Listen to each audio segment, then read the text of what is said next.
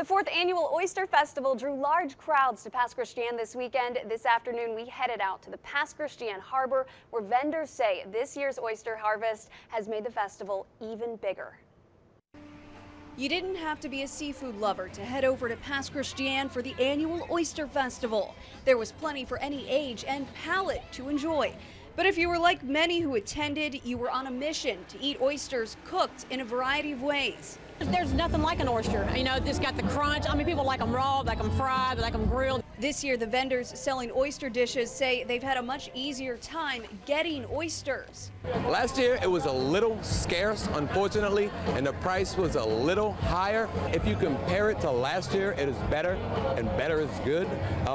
They're more moist, they're larger in size, and they're a little cheaper in price. Fazio says during the two-day festival, his booth sold more than 2,000 pounds of char-grilled oysters. Ann Mickish sold fried oyster po' boys at her booth. She also believes the oyster harvest has been much better for this year's festival. This year is actually a little bit better year.